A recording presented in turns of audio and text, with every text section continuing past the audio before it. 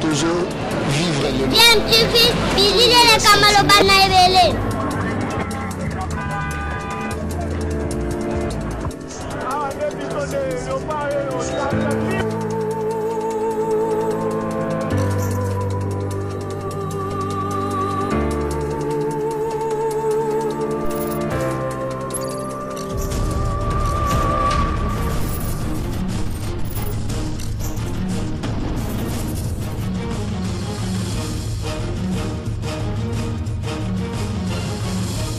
DMTV toujours en avant. Balandi ya DMTV mbote na bino esengweza ya biso ya koyeba ke boze ebele bozali kolanda chaîne bino DMTV oyo ememelaka bino actualité mais ba analyse pe sur ba sujet d'actualité ba faits sociaux to pe ba réalité ndenge tozali ko vivre démocratique du Congo mboka na biso lelo tolingi to memela bino sujet oyo ezali pe ko défrayer chronique ezali ko sala polémique makasi pe zo sala penza kitoko te depuis un certain moment to remarqué ba sortie médiatique en tout cas il y a pasteur Denis Lessi oyo tozo mona lokola azali mwa kotindama pona koya ko défendre mokonzi akala Joseph Kabila Kabange bandaki surtout avec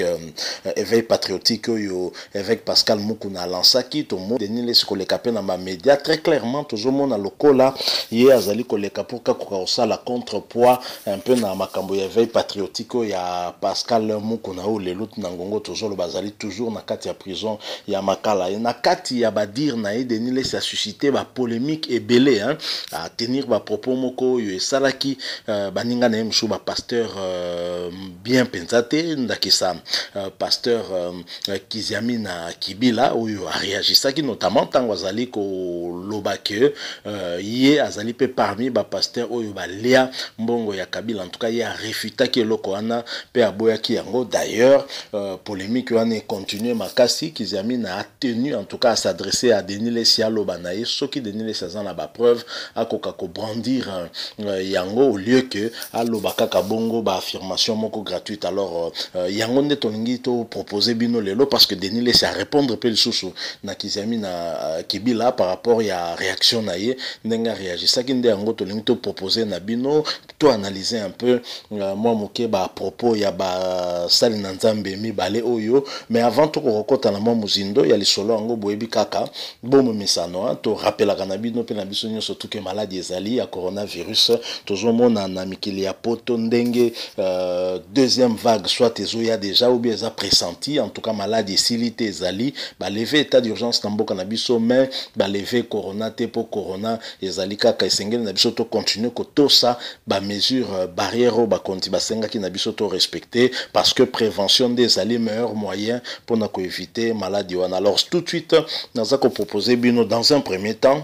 pour l'andanano réaction il y a pasteur Kiziamina Kibila Jean Oscar et bongo Nasima tokozonga pour que to landapel sous Denis Lessi et enfin tokoka ko conclure les sons nabiso alelo. Je rappelle que boza kolanda chaîne YouTube nabino DMTV yo mutozana no abonné s'il vous plaît cliquez au comme abonné ko bosana te cloche ya notification ko bima pembe no cliquez pe wana et ko activer en tout cas ba notification na yo po zanga les sous-sauter ba vidéo nabiso tokotia très prochainement. Suivant pasteur Jean Oscar Kiziamina Kibila, ensuite nous nous retrouvons tout de suite après.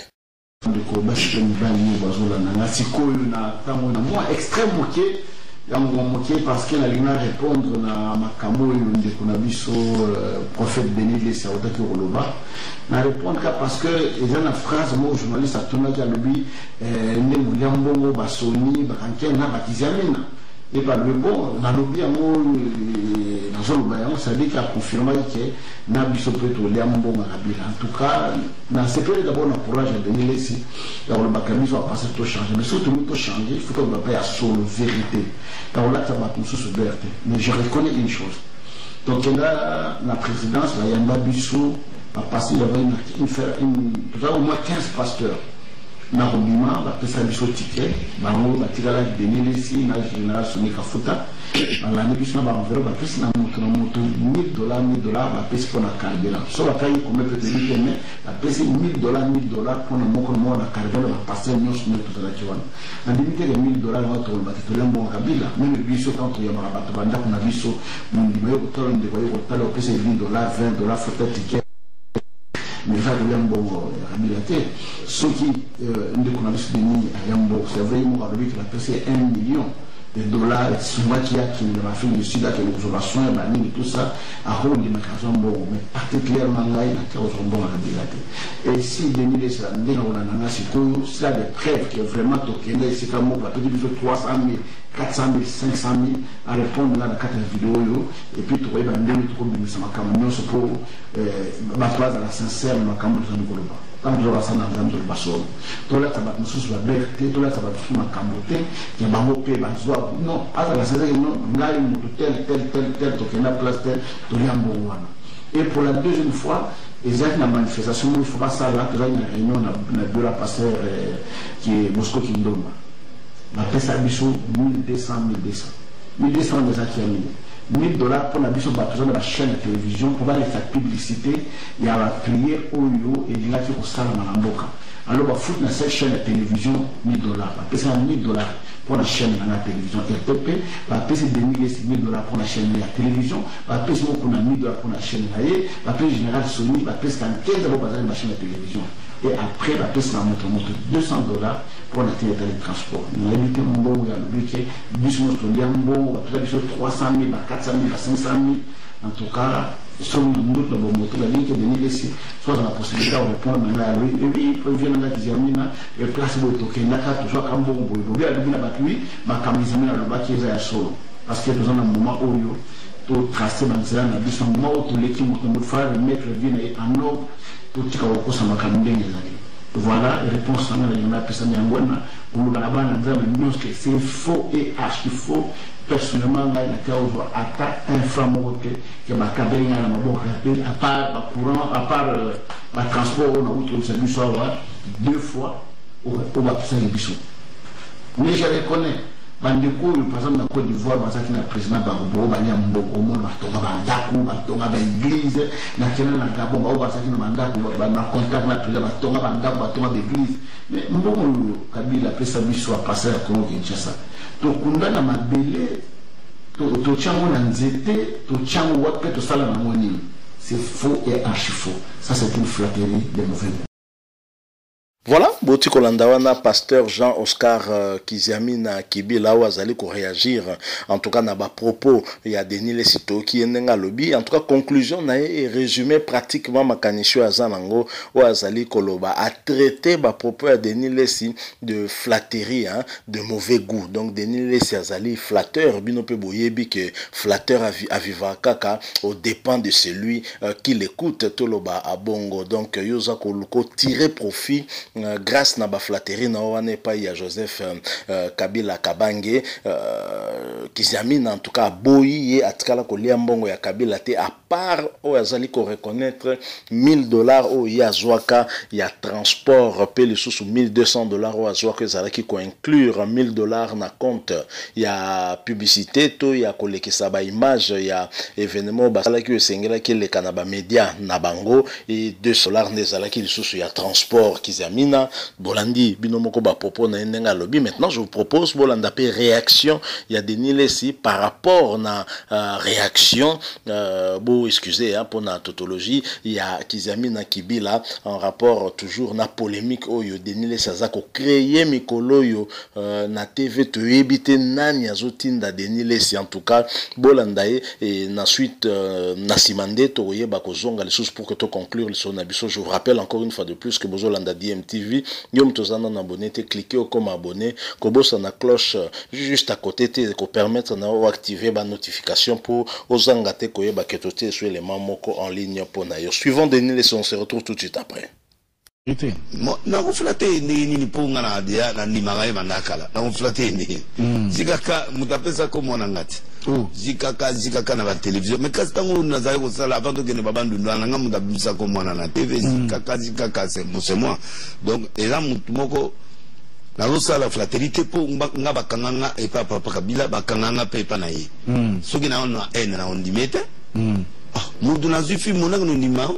na ko banandeni ne ya zana na ko ndima ndeni ni na famille na on ndima bangu tuté mais Dieu m'a convaincu de cet homme-là, qu'il avait le bâton de paix, Namboko. Il a une mission de faire dans ce pays. Dans le bango en plein air. Nana wanga na ngate, net ba mususu ba wanga na côté CC au que transport. Nana wanga na ngate, transport to zwaka. Et si ce mon transport à $1000, ne yazo lo bana ko ndenge zawana biso pe to pesa transport. Ah, grand frère. Na ebe ne pas na ubo na bimi na 1000 na limité. Donc ndenge zana mutata pesio ata 1 franc faut être reconnaissant pour nana mona na transport à $1000 transport à $1000 pour $1000 baleniere ko tona na villa bandu au somisa ka fufu na 20 000 plein aux ana 100 sacs ya fufu pe ya au comme patron bon teki na ba 80 000 100 000 au comme patron na kisasa alors quand mutazo minimiser déjà 1000 c'est-à-dire c'est pas bon et c'est ce que je ne veux pas chez les hommes de Dieu tous à la reconnaissance. Même là on a conseillé qui n'a passé mon kuna. Tous à la reconnaissance. Banio moko banana non ko changer. Non, ngai na changer de la vérité. Ngai ndi na zolo ba vérité ndi ngande mutuna na kata vérité. Parce que jour na ba pesi mbongo botoke réunion ane boutir biso place ya ke kotanga. Ngape na tangi na nga communauté. Na ba biloko na nga na zaolo ba. Na bi ngai na zo assumer na ba sali lanzam. Ye aye ukota. Na likama mwa bike esenga na tangi comme na émission na sana na ndekwana omoni place mo na tanga komba mutute yene journaliste nda za otanga komba batu ngai na zolo bananga ka tole to sali boué ba pesa diso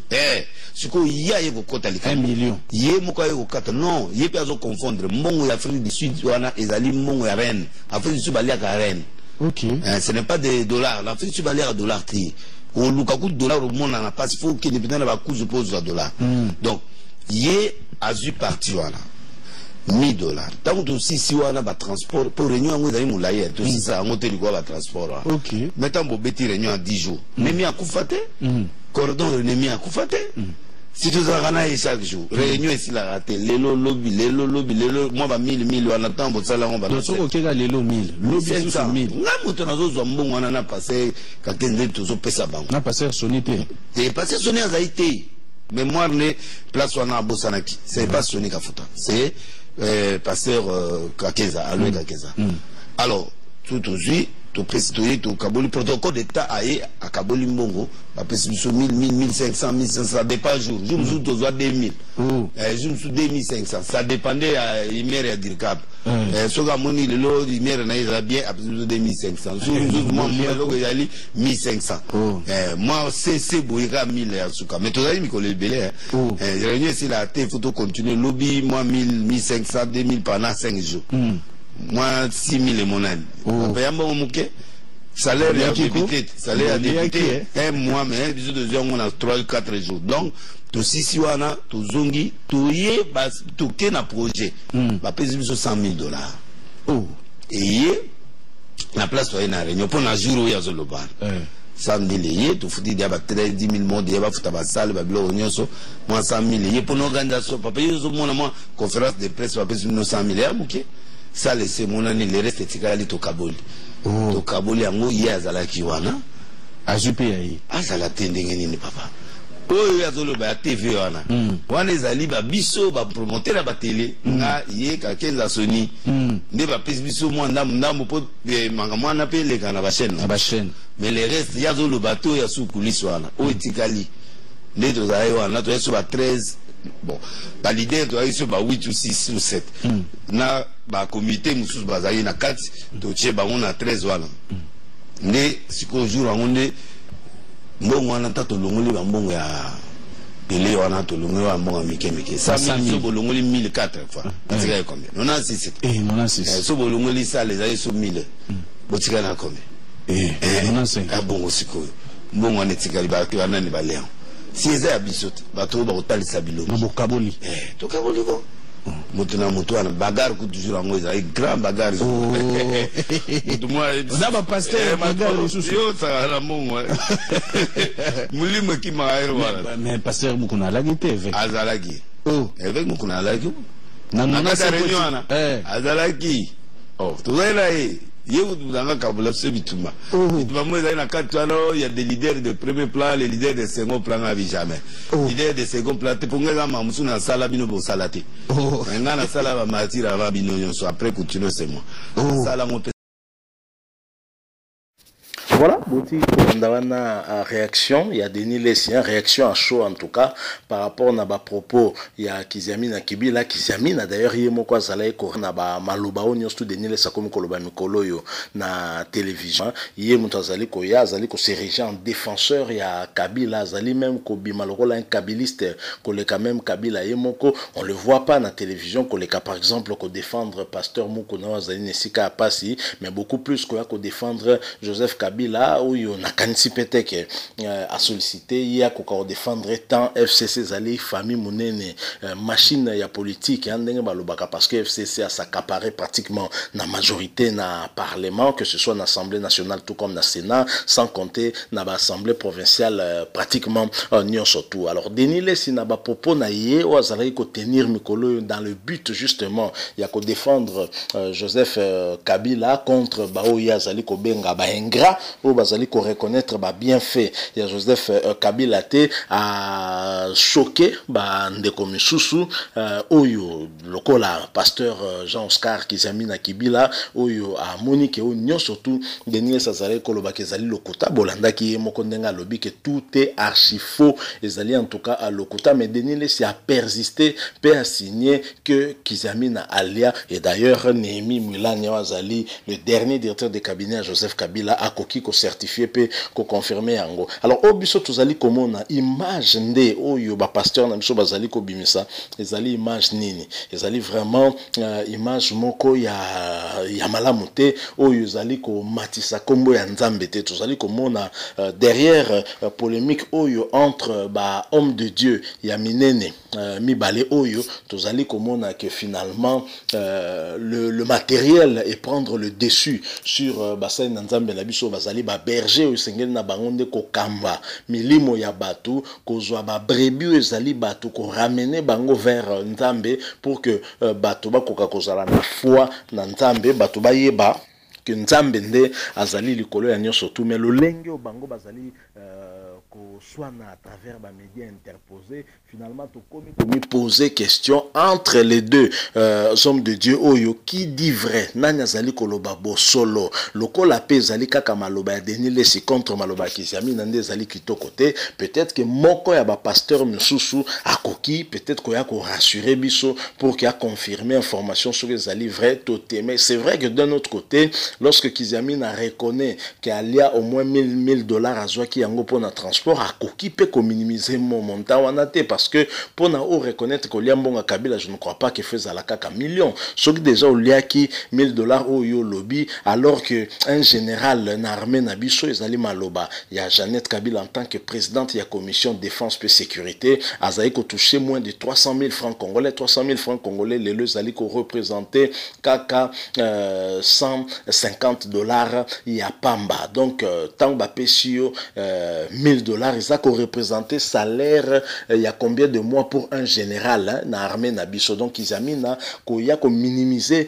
$1000, je crois que wana pays quelque part ils allaient honnêteté et sengeli quand même ko reconnaître que na liambongo ya Kabila même bongo ngo ezalaki autant pour na transport et non kolobake. Je ne crois pas que ce dans que na liambongo Kabila ezali $1000 wana te $1000 wana ezali ebele soki muta pesio dim na église na o ya $1000 je crois que sepela kamingo ebi que muto ana gagné ki $10,000. Donc koto wana pe quelque part ngape na sepelité na réponse au Kizamina a pesi à minimiser mbongo. Donc en conclusion on peut dire que Kizamina a liape mbongo ya Kabila. Maintenant différence siko ko en terme ya ba montant peut-être koto ekoki ko zala keba ko ka s'accorder pour attention aux qui ya transport olia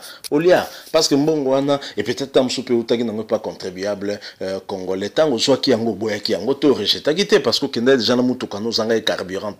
voilà un peu nini tokoki koloba. Mais c'est malheureux de voir ce qui se passe lorsque des pasteurs misusu bazali incarcérés peut-être pour opinion na bango ozomona ke ba pasteur bazako se montrer solidaire autour ya de kona bango ya oazali sika ya pasi. Mais voir un pasteur oyo mikolo ko tsaki na ko kana sute ko bima na ba écran kaka pona ko sala jale lope ko défendre Joseph Kabila ezali vraiment ko kamisa biso tozomi to na soki repentance o yemo ko azali ko tinda bande ko ba pasteur ba ko ka ko sala so yemo ka bandina no par ko sala ngo ponzela wana ezali pe penza nzela moko ya kitoko mingi vraiment te. Donc voilà un peu le solo tongato memela bino rapport na polémique ezako kitate entre les deux pasteurs Denis Lesi pe Jean-Oscar Kizamina Akibila. So bo sepeli botike la biso like ko sala bien et aussi bo commenter les sous to sepela min ko tanga bino, mais surtout yom tozana na abonné na chaîne na yo DMTV, cliquez au comme abonné ko bossa na te ko cliquer pe